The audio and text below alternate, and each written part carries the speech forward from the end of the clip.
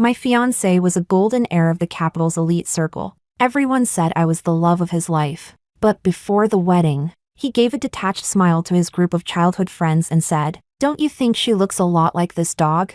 I watched as he tossed a meaty bone to the dog at his feet. The dog wagged happily and rubbed against him, revealing the beaded bracelet hanging around its neck. It was identical to the one he gave me on my birthday. Later, I called off the engagement. He, on the other hand, followed me around like a stray dog, begging me to get back together. I only smiled faintly and said, "Elias, you're disgusting." Chapter 1. Come here. At 10 o'clock at night, Elias sent me a message on WeChat. The attached address was the most luxurious private club in the city. Lately, his stomach hadn't been well whenever he drank, even occasionally. I was always the one who went to pick him up. I had just reached the door of the private room when I heard his group of childhood friends jeering inside. "You're getting married tomorrow, and tonight's your bachelor party. Why are you just sitting there drinking? The ladies have been waiting forever." "Bro, why don't you just pick one and do a cross-cup toast to warm things up?" "Get lost." Elias cursed with a laugh. He clearly wasn't angry. He leaned lazily against the sofa and tipped his head back, taking a sip of his drink. The long line of his shoulders and neck shifted slightly. His chin lifted faintly, a flash of light passing through his eyes. In the dimly lit private room, it instantly formed a dangerously alluring scene. The women seated nearby had long since grown restless. But Elias didn't spare them even a glance. No one dared to provoke him. Someone couldn't help sighing. "Elias, you really are deeply in love with Emma." Hearing that, warmth spread quietly through my chest. 3 years ago, Elias had publicly announced our engagement, ignoring everyone's astonished looks. He held my hand firmly and took me to every occasion, telling everyone that I was the future lady of the house, no matter what people whispered behind my back. No matter how many beautiful women threw themselves at him. He never changed. A faint smile touched my lips. Just as I was about to push the door open, Elias gave a small smile to the person who had just spoken and said, "Don't you think Emma looks a lot like this dog?" As if understanding its owner's words. The German shepherd lying at his feet suddenly rubbed against his ankle. Elias stroked its fluffy fur, picked up a meaty bone from the coffee table, and casually tossed it in front of the dog. You grow attached even to a dog, let alone a person. I watched with my own eyes as the dog happily clamped onto the bone, lifting its head in delight, revealing the beaded bracelet hanging around its neck. Black beads, simply looped once with a red string, plain to the extreme, exactly the same as the one Elias gave me on my birthday. Chapter 2. My fingertips trembled as I pulled the beaded bracelet from my bag. In all these years, Elias had never given me anything, except for this bracelet. But if I were to be precise, even this was the result of coincidence rather than intention. 7 years ago, National Geographic released a special feature titled, "Tibet, a Mysterious Paradise." In the high-definition photographs, the Tibetan sky was a flawless blue, the land vast and sacred. Our group decided to take a self-driving trip to Tibet together. At that time, standing beside Elias was his white moonlight, Nicole. He accompanied her on horseback rides, strolled through markets with her, quietly shielding her from the crush of the crowd. He didn't like taking photos, yet he smiled indulgently as she secretly snapped pictures of him again and again. When she occasionally got upset, he would gently rub her hair and laugh softly, spoiling her without restraint. A man so arrogant and untamed. For her, his expression softened, his features turning almost picturesque. As for me, I stood calmly at a distance, turned my gaze away, and looked toward the Tibetan pilgrims by the prayer wheels. Their skin was dark, their palms cracked, their cheeks flushed red. Life was harsh, yet their eyes were pure and clear, simple, but filled with quiet happiness. From the foot of the mountain to its peak, hands clasped together, step by step, kneel by kneel, they prostrated themselves forward, as if all the world's restlessness and suffering lay far away. Without realizing it, I knelt inside the temple and prayed for a safety talisman. That night, I fell asleep clutching the talisman in my hand. When the ground began to shake, a thunderous crash erupted outside the window. I jolted awake, gasping for breath as I ran outside, only to be shoved down by other guests in the corridor. The crowd was packed tight. Someone stepped hard on my knee. In that instant, pain shot through me, so sharp I couldn't even find the strength to get up. Just then, a scream rang out from the end of the corridor. It was Nicole's voice. The next second, a rush of wind swept past me, and all I could see was Elias's back. He passed by me without even glancing my way, as if I were nothing more than a grain of sand in the surging crowd, utterly insignificant. In the next instant, the ceiling shattered and collapsed with a deafening crash. Dazed, I felt something cold slide down my cheek. I reached up and realized it was blood streaming down from my scalp. No one had expected that we would run into an earthquake before everything plunged into complete darkness. I didn't actually blame him for stepping past me. After all, we were only childhood friends who had grown up together. When I opened my eyes again, I was already in the hospital. The sharp smell of disinfectant filled the air. I hadn't expected to see Elias sitting in my hospital room. Light streamed through the window, spilling across the white sheets, stinging my eyes with a dull ache. Instinctively, I reached for my pocket. It was empty. Noticing my movement, Elias pressed his lips together lightly. When the rescue workers found you, you were clutching a safety talisman in your hand the whole time. They said that surviving such a major earthquake was thanks to the Buddha's protection. But Nicole wasn't as lucky as you. She was badly injured and was still in the ICU yesterday. So I gave the talisman to her first. His voice was low and calm in my ears. My throat was painfully dry. I couldn't say a word, only listen in silence. Perhaps pain always comes with delay. Now, my head was wrapped in bandages. The anesthesia had worn off, and waves of needle-like pain stabbed through me. In the reflection of the hospital window, I saw my own face, pale, lips cracked, and slightly deprived of oxygen. When I remained silent, Elias frowned. If you want one, I'll have someone go back to the temple and get you another. No need. Only when I spoke did I realize how hoarse my voice had become. Meeting his gaze, I smiled faintly. No wonder he was sitting by my hospital bed. Since childhood, everything I had naturally been given to him. Over time, he had grown accustomed to it. He probably thought the talisman I prayed for had been meant for him in the first place, since it was his. What was wrong with giving it to someone else? In the past, I would have pretended not to care, but this time, I was tired, too tired to smooth things over for him again. The frown between his brows deepened. He left behind a brief "get some rest" and walked out of the room, watching his retreating back. I suddenly had so many things I wanted to say. I wanted to tell him my head had been injured, that my eyes hurt too, and to ask him to help call a nurse. But as I watched his hurried footsteps, all those words dissolved on my lips. He was probably going to take care of Nicole. Sure enough, from that day on, he never appeared again. On the day I was discharged, Nicole looked radiant and full of energy. My gaze paused for 2 seconds on the safety talisman she deliberately carried with her. Before I looked away, Elias looked at me for a while, perhaps feeling a trace of guilt. On the day we left Tibet, he gave me a beaded bracelet in return. Just picked it up casually. Think of it as a souvenir.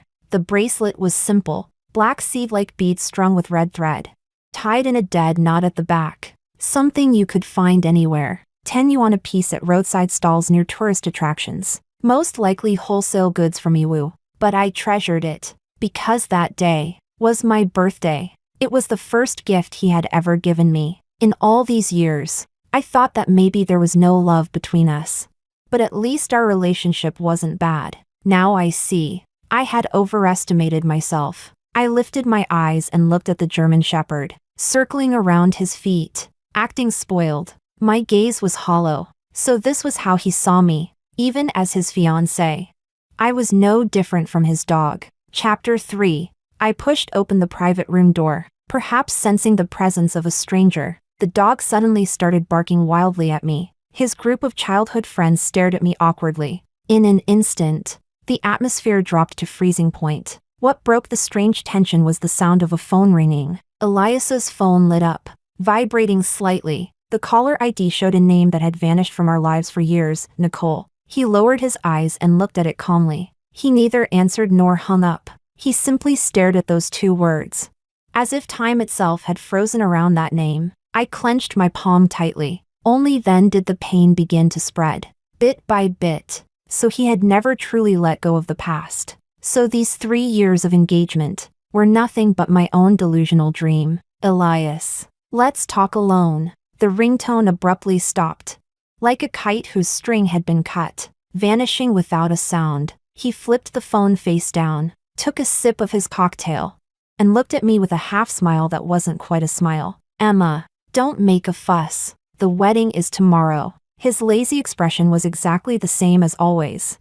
As if nothing at all had just happened. Inside the room, the women who had once envied me now looked at me with mockery and pity. I stared at him deeply. Something inside me cracked apart. And in that instant, I felt utterly shattered. I left the private room. Footsteps followed behind me. When I turned around, I realized it wasn't Elias, but one of his childhood friends, sister-in-law. Don't misunderstand. Nicole just finished her degree abroad and is coming back tomorrow. Calling my brother was probably just catching up. Tomorrow is the wedding. So don't. I didn't hear the rest. But none of it mattered anymore. See? Everyone knew Nicole was coming back. Only I, like an outsider, knew nothing at all. Chapter 4. The next day, guests arrived from all over the country to attend our wedding, inside the most magnificent hotel in the city. The stylists looked at me in awe as I changed into the main wedding gown, snapping photos while sighing in admiration. You're absolutely the peak of my career. Once your husband sees you, he won't be able to look away. I smiled and thanked them for their kind wishes, even though, deep down, I knew they were nothing more than wishful thinking. Not meant to be taken seriously. There's still plenty of time. Why don't you take a walk nearby and relax a bit? The makeup artist glanced at my legs, which showed faint signs of varicose veins from standing too long, and kindly made the suggestion. I smiled and nodded, pushed open the suite door, and headed toward the floor-to-ceiling windows to get some fresh air. Just then, a familiar voice drifted over from not far away. Elias, you were the one who said you'd take me far away with you. You were the one who never showed up. What right do you have now to look at me like that? I let out a self-mocking smile. So Nicole's catching up, had caught up all the way to my wedding. I shouldn't have been surprised. Yet for some reason, the pain still welled up layer after layer. Nicole, I've spoiled you for too long. Is that why you've developed the habit of speaking nonsense without thinking? When I rushed to the airport that day, you weren't there at all. I waited the whole night, and now you say I stood you up. Gone was Elias's usual laziness and casual ease. His voice was cold, focused. Nicole smiled through her tears. I stood you up. For you. I even tried to kill myself. Emma was at the airport that day. Didn't she tell you? She stretched out her hand, revealing the brown scar on her wrist. In an instant, Elias's expression changed completely. All his cold detachment vanished. He grabbed her wrist in disbelief, carefully lifting it in front of him, as if afraid the person before him might shatter at the slightest touch. Shock, heartache, they crept into his eyes one by one. Then came anger and disgust, flooding his entire being. I knew very well. The former was all for Nicole, the latter entirely directed at me. Sure enough, he turned with Nicole in tow. The moment he saw me, the hatred in his eyes could no longer be contained. His gaze, utterly devoid of warmth, locked onto me. Emma, what did you tell me back then? You said she got caught in the rain and was taken home by her family from the airport. How dare you lie to me? I stared numbly at the crimson fury in his eyes, opened my mouth, and only then realized my mouth was filled with the taste of blood. Chapter 5. What are all of you standing around here for? A stern voice suddenly sounded from behind. I turned around and realized that Elias's father had appeared behind me at some point, unnoticed. At the sight of him, Elias's jaw tightened instantly. Nicole instinctively hid behind him. Elias's father, however, smiled. Miss Nicole, your parents are already seated in the guest area. Shall I have someone escort you over? Nicole's face turned pale in an instant. After a long pause, she bit her lip. shakily released her grip on Elias's sleeve, and slowly shook her head. No need, uncle, I'll go over by myself. Elias's father nodded. Only after her figure disappeared into the hall did he turn around. This time, he fixed Elias with a cold, piercing gaze. 3 years ago, before you got engaged to Emma, I asked you whether you had thought it through. You said you had, and that you would never regret it. So what exactly do you think you're doing now? You need to understand your position. All these guests traveled from far away. They didn't come to watch you entangle yourself with your ex-girlfriend. So what? Elias shot back. You're that satisfied with Emma that you can just brush aside the fact that she lied to me back then? Elias pulled a cigarette from his pocket and lit it. Through the swirling smoke, he looked at me with open mockery. I know she's capable. She can make money for the company. But as long as you have money in this world, what kind of professional manager can't you hire? You. Elias's father clearly hadn't expected him to say something like that right in front of me. His expression darkened instantly. Elias curled his lips in a sneer, turned his head, and gave me a cold, indifferent glance. Then he raised his brow and smiled. Let's go in. Just 3 simple words, clearly signaling it was time to enter the wedding hall. Yet for some reason, meeting his gaze like that, all I felt was cold. Chapter 6. The custom-made red carpet, ordered from abroad, stretched all the way from the entrance of the hall to the stage. 24 crystal chandeliers refracted the light into dazzling, luxurious hues. The vast venue glittered brilliantly, blinding in its splendor. Elias stood beside the officiant in a tailored suit, tall and refined, quietly waiting for me to walk the long red carpet toward him. His expression was calm and composed, like a man patiently awaiting the bride he had long anticipated. Yet what he was truly thinking,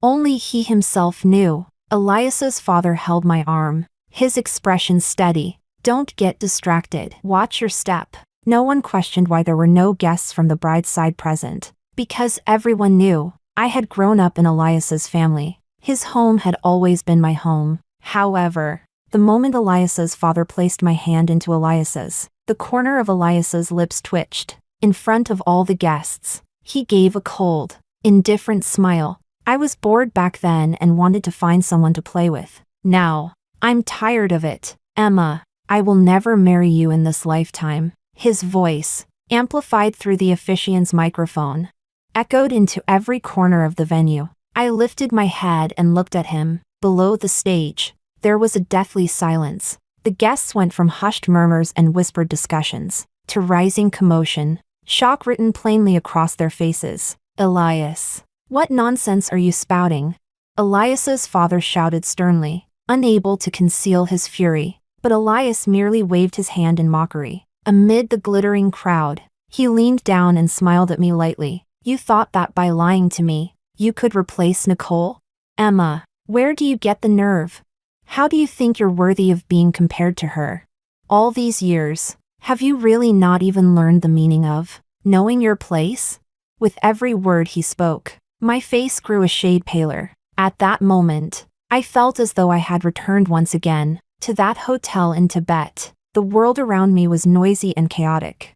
Yet he alone turned away coldly, walking in the opposite direction without the slightest hesitation. The last faint glimmer of light in my heart went out. For the first time, I felt an unprecedented sense of release. I didn't. Facing his accusations, I pulled my right hand free, but he didn't believe me. His eyes were icy as they scrutinized every trace of expression on my face. Everything that's happening today is what you deserve. Does it feel good?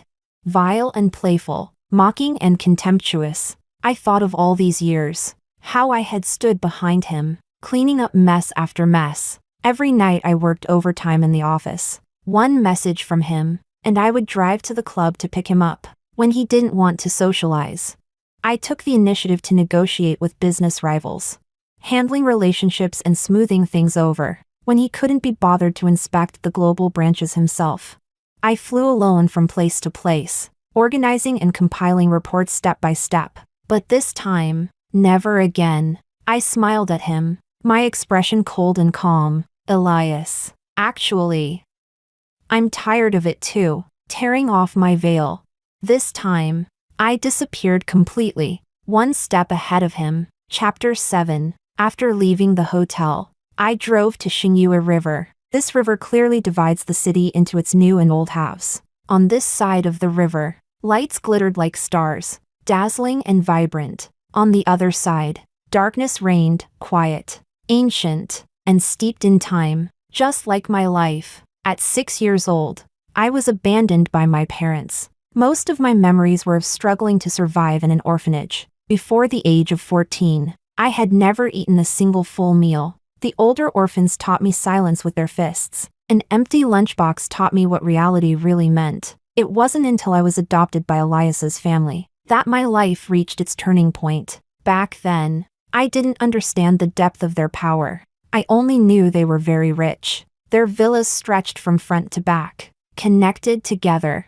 So vast they were almost like a private estate. As the only biological son of the family, Elias had stood at the very top of the pyramid since birth. His family selected exceptionally intelligent children from around the world, adopted and trained them to become future assets to the company. When I entered the family, Elias's father had already adopted 3 sons. I was the 4th, and the only adopted daughter. From that day on, I studied every day alongside Elias and my 3 so-called brothers. The first time I truly noticed Elias was during our very first German class. He sat by the window, sunlight falling over him. His dark pupils seemed veiled in light. Long, thick lashes lowering briefly as his gaze fell on me, then lifting again, indifferent. In that instant, an image flashed through my mind, a jet-black falcon perched high above. Mysterious and dangerous. That was the first time I realized there could be boys this handsome in the world. I took the seat behind Elias, pretending to study the textbook seriously, while cautiously stealing glances in his direction, afraid to be too obvious.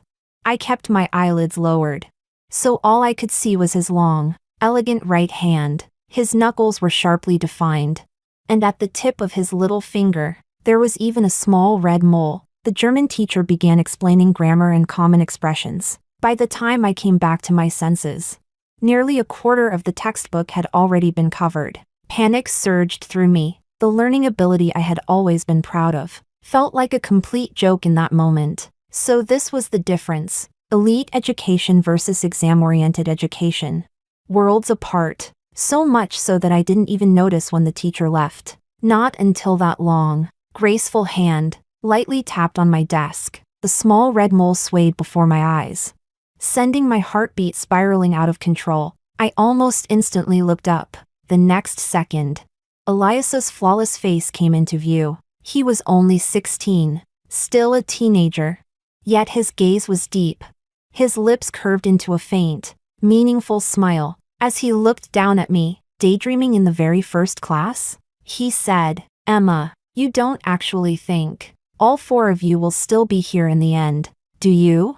Chapter 8. That single sentence of his cast a layer of ice over my heart. I lifted my head and looked at the other 3 so-called brothers, only then realizing, in this family, even those of the direct bloodline and collateral branches were allowed to compete fairly, let alone adopted sons and daughters like us. Anyone who failed to prove their value would be discarded like useless waste. Sure enough, after hearing Elias's words, the looks the 3 adopted sons gave me gradually shifted. From scrutiny to cold hostility. I didn't understand how I had offended Elias, or why he felt the need to give me a warning on my very first day. But in the classes that followed, I clearly saw the gap between myself and them. When it came to subjects that tested memory, history, and literature, I could remember things at a glance. But German, law, finance, I had no foundation at all.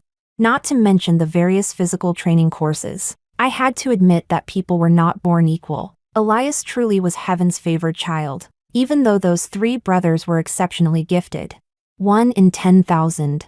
He was never inferior to them. It was as if he were born with an innate ability. No matter what problem lay before him, he could resolve it effortlessly. As for me, the frequency of my nightmares grew higher and higher. Every time I woke at the same moment, being thrown out the front door. So night after night, I lay awake, staring into dawn, in order to stay I began to push myself to the absolute limit. In the study room, on the desk, there were always endless stacks of documents and books waiting for me. That bone-deep exhaustion accompanied me through spring, summer, autumn, and winter, year after year, and yet, every single time, as long as I turned my head and met Elias's calm, unreadable gaze, I would suddenly feel strength surge through my entire body. That was my first awakening of love, and the purest, most fervent chapter of my youth. I stood quietly in a corner, watching him bask in endless glory, mocking myself for my one-sided crush, until the year I turned 18, when we boarded a helicopter for the first time, to learn high-altitude skydiving. The foreign instructor's gaze lingered on me, refusing to move away for a long time. That look, greedy, covetous, almost shameless, it was exactly the same look I remembered from childhood. The way idle men in the village would stare at my mother after the autumn harvest. Back then, my father not only failed to stop them, he rubbed his fingers together and shrugged suggestively. As long as it's 3 bills. I'll go play cards tonight and won't come home. The despair and madness in my mother's eyes had been carved into my memory, impossible to erase. Instinctively, I tried to avoid the instructor and retreat toward a corner of the cabin, but Elias leaned casually against the cabin door, half smiling as he looked at the blonde, blue-eyed instructor. Like what you see. The instructor's face stiffened instantly, his expression turning awkward. If you've got too many eyeballs, I don't mind making sure you never use them again. In that instant, the man's embarrassment turned into fear. He hurriedly looked away, not daring to glance at me again, not even when he spoke. The 3 brothers also swept their gazes over me, their eyes filled with unreadable meaning. I stood there frozen, my mind buzzing loudly, with only one thought echoing inside. Elias. Did he just help me?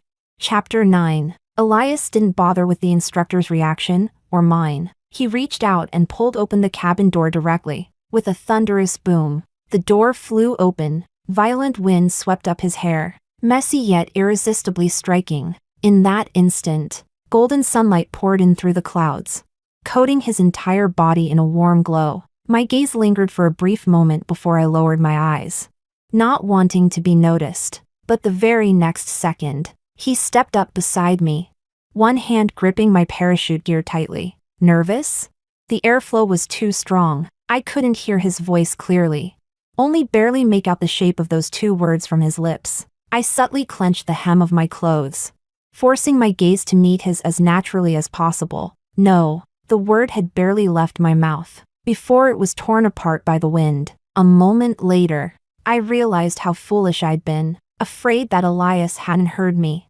I hurriedly shook my head to signal that I wasn't nervous. But the truth was, I was afraid of heights. From the very second I stepped onto the helicopter, I hadn't dared to look out the window. I didn't know whether he truly knew about this weakness of mine, or whether, as always, he was deliberately teasing me. But one thing I understood clearly. In this family, no weakness was tolerated. My 3 brothers had been watching me in secret all along. One wrong step, and I would become a discarded pawn. The corner of Elias's lips lifted slightly. For some reason, though there was no sound at all, I felt as if I heard him let out a quiet chuckle. The next second, he grabbed my wrist and pulled me straight out of the cabin. A violent sensation of weightlessness slammed into me. Panic, despair, fear, one after another. They crashed down. My heart went wild, completely out of control. A roaring filled my ears. I even suspected the tiny blood vessels in my ears were about to burst. And then, I suddenly felt a faint movement in my palm. He gently hooked his finger against it, a slight itch, and a trace of warmth. The next moment, 10,000 meters above the ground, 2 loud bangs echoed. The parachutes burst open above our heads. The terrifying weightlessness and fear vanished in an instant. In the distance lay endless clouds and radiant light. Below us stretched rolling fields of green and the noisy human world. And when I turned my head, I met Elias's lazily lifted gaze. That was the first time I didn't feel alone. Chapter 10. The memory of my first skydive made me no longer so afraid of heights. For the first time, and quite unusually, I even ranked higher than my 3 brothers in an outdoor training project. So much so that my adoptive father was in a particularly good mood. With a grand wave of his hand, he rewarded me with a birthday gift. 18 years old. You're officially an adult now, Emma. Tonight, I'll introduce you to everyone. He announced that he would personally host my coming-of-age ball at the old residence, formally presenting me to high society as the family's adopted daughter. That was the first time I truly saw the social circle of his family. Everywhere I looked, there were elegant gowns, jeweled hairpins, and glittering luxury. Emma, when your other 2 brothers and I turned 18, we didn't get anything like this. With a smile full of layered meaning at the corner of his lips, my 3rd brother, Noah, handed me a glass of champagne himself. I accepted it politely, my palm trembling slightly. And yet, at moments like this, I felt even more keenly the unbridgeable gap between myself and this family. The cost of a single night here was equivalent to generations of hard work for an ordinary family. And the cake I used to stare at longingly through the window of a bakery as a child. Here, it wouldn't even make it onto the table. I knew that everyone who smiled and greeted me wasn't doing so because of me, but because of the Elias family. It's rare that everyone is here today. Under the shifting lights, Noah glanced calmly at my adoptive father chatting with distinguished guests from elite families not far away. Then he gestured forward. Emma, what do you think of Nicole? My 3rd brother's roguish laughter brushed past my ear. I followed the direction of his finger with my gaze. Sure enough, I saw Elias, and standing beside him, smiling at him, Nicole. Her skin was fair as snow, her eyes shimmering with light. She stood there quietly, beautiful in a way that felt unreal, almost otherworldly. Elias, meanwhile, was rarely dressed in a black formal suit that night. The tailored cut emphasized his tall, straight frame, his gaze lazy, light flickering in his eyes, ambiguous, unreadable. Standing together, the 2 of them seemed to exist in a world of their own, instantly separating themselves from everyone else at the party. I lowered my eyes, watching the ripples in my champagne glass.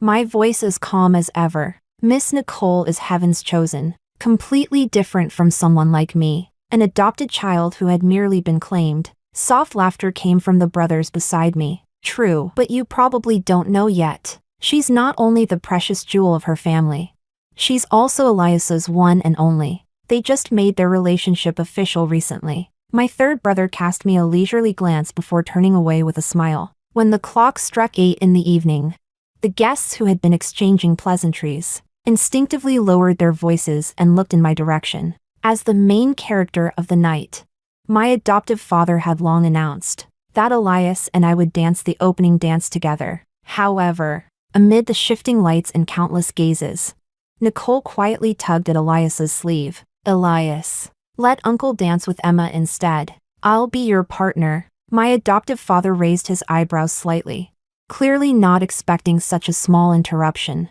and calmly looked toward Elias. Waiting for his response, my heartbeat gradually slowed. I remembered the soft laugh I'd heard beside my ear during the skydive, and my fingers unconsciously tightened. Elias swept his gaze around the room, his lips lifting leisurely. His eyes met mine in midair, before his gaze shifted and settled on Nicole's face. All right. 2 low, elegant words spread instantly through the hall. Pain shot through my palm, and my eyes fell into bleak emptiness. That was the first time I ever saw Nicole. Chapter 11. After returning home from the riverbank, I slept straight through the night until morning. Early the next day, news of the golden heir calling off his wedding on the spot had already spread across the entire internet. So this is what the elite look like, truly seen it all in this lifetime. Dumping the bride on the wedding day and rekindling things with an old flame. I'm getting secondhand social death just watching this. It was obviously that bride who was disgusting, making the heiress and Elias miss each other all these years. A liar got exactly what she deserved, serves her right for being dumped.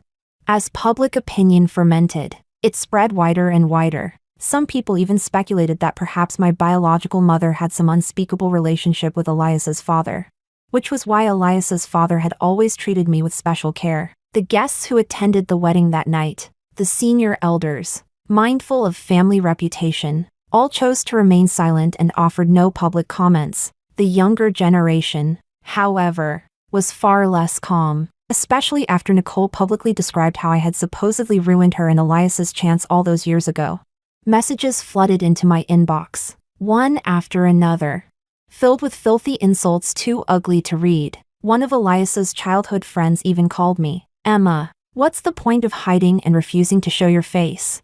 Tonight Elias is treating everyone to dinner to welcome Nicole back. If you have even a shred of conscience, come over and apologize to her. I looked up at the sky, a deep sapphire blue, cloudless for miles, and let out a mocking smile. Sure, he clearly hadn't expected me to agree so readily when he relayed my response to Elias.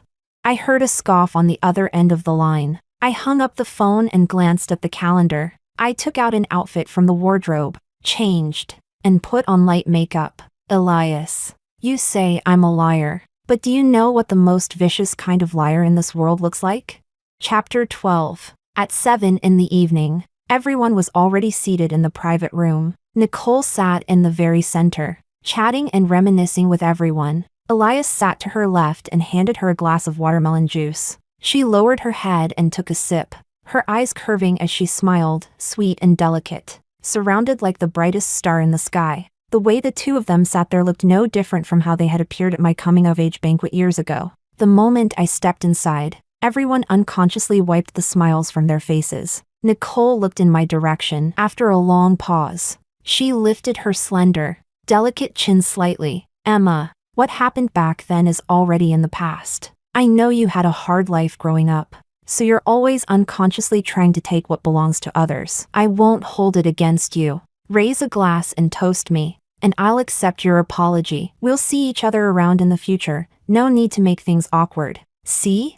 How magnanimous, how gracious. She was about to rekindle things with Elias, and as his adopted sister, I would inevitably cross paths with her in the future. So she decided to play the generous adult. Let bygones be bygones and spare me. I took a sip of my drink and looked toward Elias beside her. From beginning to end, his expression was cold, the kind of indifference reserved for a stranger, casual, detached, unconcerned. Before I could say anything, he spoke flatly. One glass isn't enough. If you're going to toast, make it a dozen. Someone immediately brought over a dozen glasses, filling them with red wine and stacking them together, mixed with the watermelon juice already on the table. From a distance it all looked like a sea of red. Everyone in the room stared at me, as if watching a piece of entertainment. I didn't move. At that moment, a knock suddenly sounded at the door. The door hadn't actually been closed. Everything that had just happened inside had been seen clearly by the person outside. The third brother, wearing gold-rimmed glasses, let his gaze sweep over the watermelon juice and red wine on the table before calmly looking at Elias. You're making her toast Nicole with red wine? His tone was flat, simply stating a fact. Yet something about it felt off. The entire room fell silent, including Nicole. For years, the family's public heir had been Elias, but everyone knew that the third adopted son, Noah, was the truly ruthless one. Compared to Elias, who had once sunk into decadence over Nicole, Noah was always composed, sharp in vision and method, sometimes even frightening. Back then, if I hadn't firmly stood by Elias's side and helped him handle everything, with Noah's ability, his power within the company would be far greater today. Most of the people sitting here came from families with background and influence. No one was foolish enough to deliberately offend Noah. Of course, there was one exception. Is there a problem? Elias looked at me and gave a cold smile. It's just red wine. It won't kill her. Why the hesitation? Noah looked at the red wine on the coffee table as if he'd heard a joke, neither agreeing nor objecting. Or is it that you think red wine isn't strong enough? Emma, and you want to switch to something else? Elias stood up, picked up a bottle of Mao Tai, filled an entire teacup to the brim, and walked over to me. If you don't want red wine, then drink this instead. I remember your tolerance has always been good. You never got drunk back when you handled business dinners. I looked at the cup of clear liquor in front of me. The surface was perfectly still, not even a ripple. His hand was truly steady. You drink it yourself, I said calmly. What? Elias froze. The next second, a hand cut in and seized his wrist. Noah's mocking laughter echoed through the room. Her eyes were injured, didn't you know?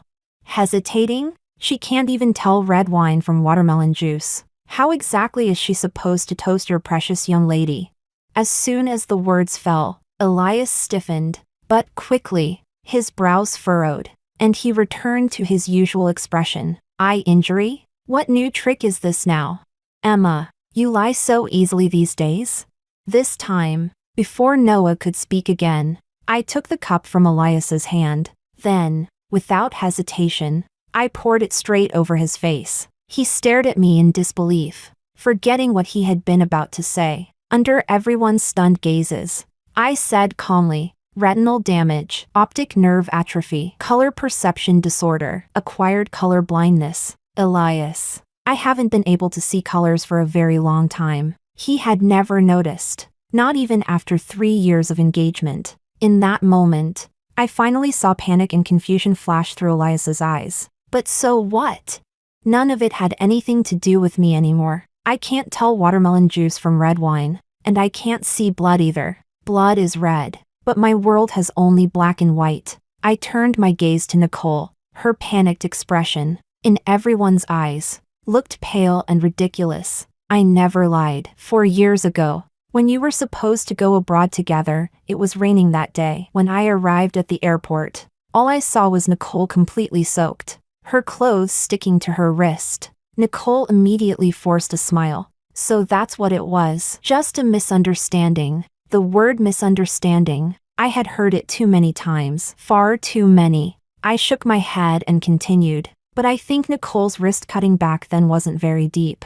Otherwise, just from the smell of blood alone, I would have known what happened. A shallow scar, so faint it hadn't even formed raised tissue. Only Elias, who held her as the treasure of his heart, would lose all reason and go completely mad. When did something happen to your eyes?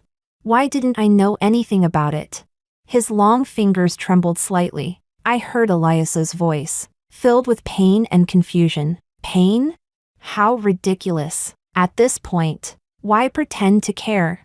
Beside us, Noah smiled with amusement. You forgot? It was that year in Tibet. That trip to Tibet had started simply because Nicole had seen an issue of National Geographic and insisted Elias go on a road trip with her. Our adoptive father had been worried about altitude sickness. So, under the excuse of traveling, he had all 4 of us, adopted sons and daughter, go together. After the earthquake, when Elias saw me open my eyes on the hospital bed, he never once asked the doctor whether I had any lasting after effects. I suddenly remembered a monk at the temple where I had prayed for a safety talisman. He had sighed and shaken his head at me. He said that people who lack love will unconsciously seek validation from others. I knew that. That's why, all these years, when he said he wanted to be with me forever, I believed him. But now, I regret it. I never want to see him again. Even one more glance makes me sick. Chapter 13. You're the one who never said anything. How were we supposed to know?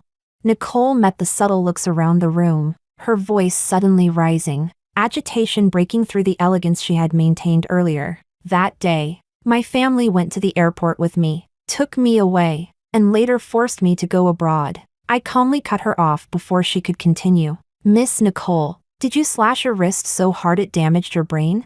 Back then, your family turned against Elias's family over that piece of land in the Eastern District and made a fortune from it. You knew it in advance, and you had already secured a U.S. green card long ago. The bodyguards who came after you didn't even dare touch you, and you're telling us you were forced to leave the country? Because of Nicole's family's betrayal, Elias's family had lost hundreds of billions. Our adoptive father was furious. He told Elias to cut off all contact with Nicole. But Elias had always been rebellious. He already resented the fact that our adoptive father had taken in so many adopted sons and daughters. So he simply decided to leave with Nicole. The destination he chose was Greece, not the United States. That day, it was pouring rain. Elias was confined at home by our adoptive father and couldn't go to the airport. He told me to go to the airport no matter what and ask Nicole to wait for him. But when I arrived, all I saw was Nicole scanning the surroundings. When the bodyguards rushed over, she lightly cut her wrist in a threatening gesture. The bodyguards didn't dare get close. She probably only meant to put on a show to scare them. She hadn't expected to actually cut herself. Panicked. Before I could even run over, she was already crying and demanding the bodyguards rush her to the hospital. As she got into the car, she saw me. Her expression was like someone seeing a ghost in broad daylight. She immediately averted her gaze in guilt. Then she rolled her eyes back and pretended to faint. Yet years later, after returning, all of this had turned into a completely different story in her mouth. Beside us, Noah let out a soft laugh. He had always been sharp-minded and deeply calculating, his words striking straight at the heart. If I remember correctly, Miss Nicole, you got married in the US 4 years ago, didn't you? And now that the other party has gone bankrupt, you rushed back to rekindle things with Elias? Like a thunderbolt from the sky, the word stunned everyone at the table. Nicole shook her head in panic, then tightly grabbed Elias's sleeve. No, Elias. That's not how it was. It's not what he said. Elias's eyes quietly shifted to me, as if the entire revelation had left him utterly unprepared. In truth, given his family's status and connections, uncovering the truth would have been easy. But he had never been willing, never willing to have anyone investigate Nicole, as if doing so would mean distrusting her. The woman he loved was pure and flawless. Even after a breakup, she shouldn't be tainted. All those years, even when he was engaged to me, he believed it was only Nicole's parents who stopped her from returning. So whatever she said, whatever accusations she threw at me, he believed every word without investigating. In the end, he had merely grown accustomed to me quietly doing good for him, and accustomed to me always standing by his side. Chapter 14. With everything laid bare and the so-called misunderstanding resolved, it was time for me to leave. I turned around and walked out of the private room. This time, Elias ignored Nicole's shrill sobbing and chased after me, gripping my hand tightly. Emma, I was wrong. The wedding from before doesn't count. Let's go back to how we were, okay? Calmly, I pried his fingers open one by one and looked at him indifferently. Elias, you're disgusting. When I gave you chances, you refused to take them. Your heart was always set on someone else. A heart that couldn't be warmed in 3 years.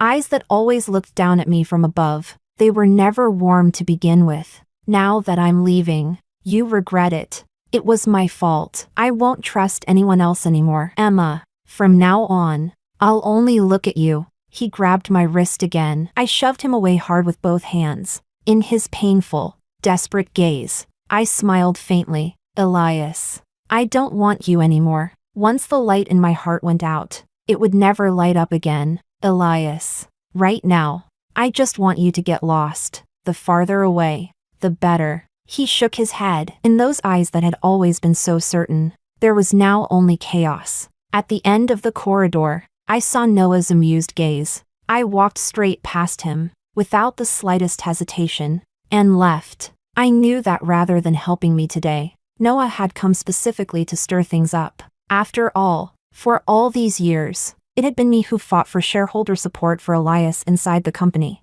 Someone born with a silver spoon in his mouth. How could he ever be willing to lower himself and fight for power? Elias had always taken it for granted, firmly believing that no matter what, he would be the final winner. Unfortunately, he misjudged his opponent, and he miscalculated me. I didn't have ambitions like Noah's, but when I said I was letting go, I truly meant it. On Monday morning, I went to the company to pack up my things and complete my resignation. Before leaving, I went to the chairman's office and bowed deeply to my adoptive father. Dad, I'm leaving. In just a few days, his hair had gone noticeably grayer, as if he had aged 10 years overnight. I knew that the online fallout over the past few days had caused considerable negative impact on the company. Most eye-catching of all was the full video from that night in the private room. It was probably deliberately leaked by Noah. After the public wedding cancellation, the entire family had become a focal point of online attention. Once the video came out, people began digging into Nicole's ex-husband. Sure enough, 4 years ago, under the guise of studying abroad, she went to the US and married an American. He was a classmate from her high school overseas summer camp, and the two had stayed in close contact all along. From Nicole's breakup with Elias to her marriage, less than 2 weeks had passed, seamless, without a gap.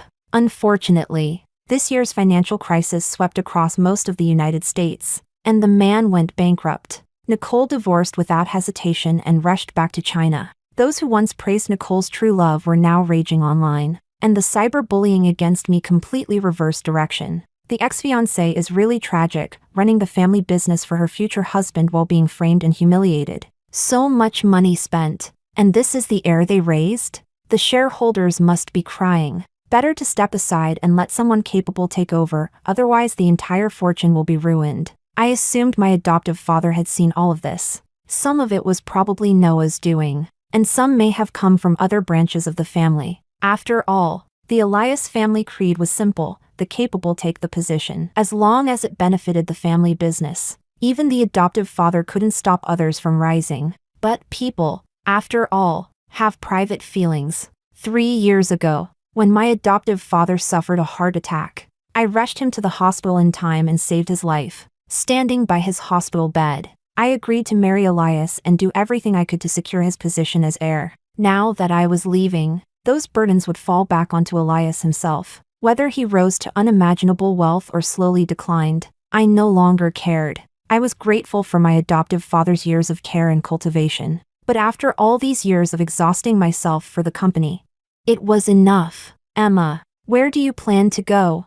After a long pause, my adoptive father's aged voice sounded.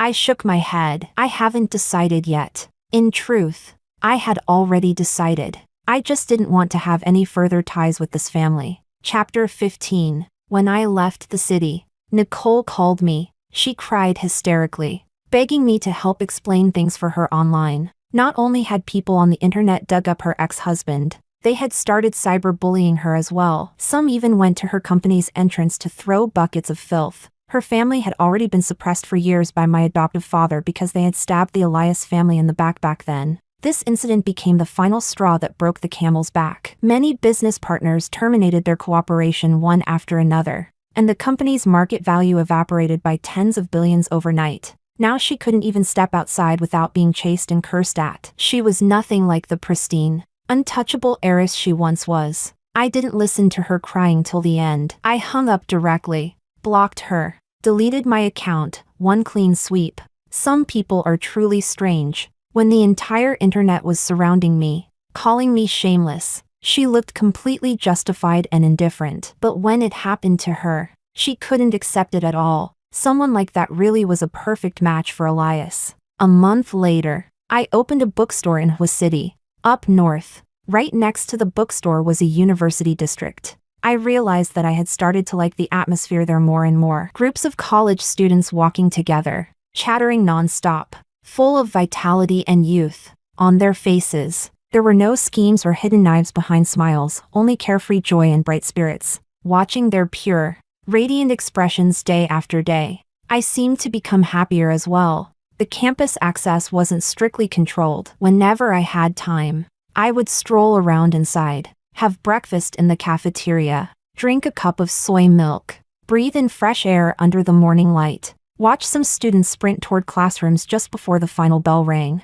watch birds spread their wings and fly freely. I realized that all these little details in life were beautiful. Recently, a new Sichuan restaurant opened near the campus gate. The dishes were diverse and the flavors excellent. Unfortunately, it was always packed, often requiring a long wait. One Friday, I finally managed to get an empty table and ordered my favorite dishes. A man with refined features stopped beside me, hesitated for a moment, and asked if he could share the table. I looked up into his eyes, calm, clear, like a mountain lake reflecting my face. "Please, have a seat." I moved my things aside and invited him to sit. "My name is Ethan. I'm a teacher at the university across the street." He extended his hand and introduced himself politely. Long fingers, clear eyes, a gentle, courteous man. I smiled and reached out as well. "I'm Emma. I run a bookstore here. Feel free to drop by anytime." Just like that,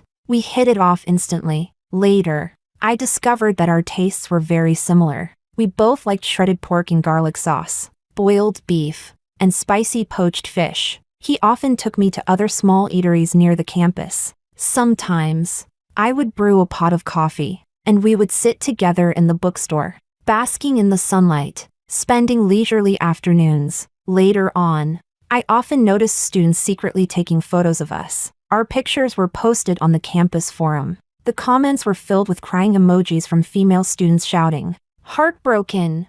Sure enough, everyone was kind of adorable. Half a year later, while I was out buying drinks, I happened to see someone standing across the street. A sharp, tailored bespoke suit, just like before. Only now, he looked exhausted, his face full of weariness. "Emma," he called my name, his voice hoarse, as if each word took all the strength he had left. "Can you give me one more chance?"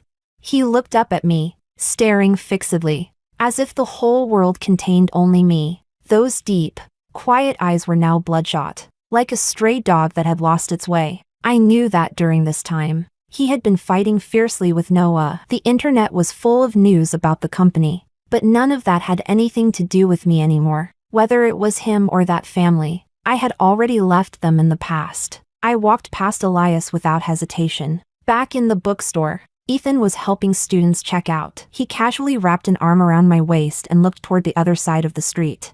"Who was that? He looked like he'd been waiting for you a long time." I chuckled softly and handed him the sour plum juice I had bought. "An acquaintance from many years ago. We probably never truly connected, so we lost contact." Ethan smiled slowly, then lowered his head and gently kissed my eyes. "What do you feel like eating tomorrow?" "I'll go buy groceries." I lowered my head and thought for a moment. This month, I had actually gained another 2 pounds. Ethan was really good at cooking, even better than the chef at that Sichuan restaurant we used to go to. Why did he join the crowd back then and ask to share a table with me? But none of that mattered anymore. Now, every day, whenever I turn around, his warm gaze is always there with me. That is enough. I am happy now.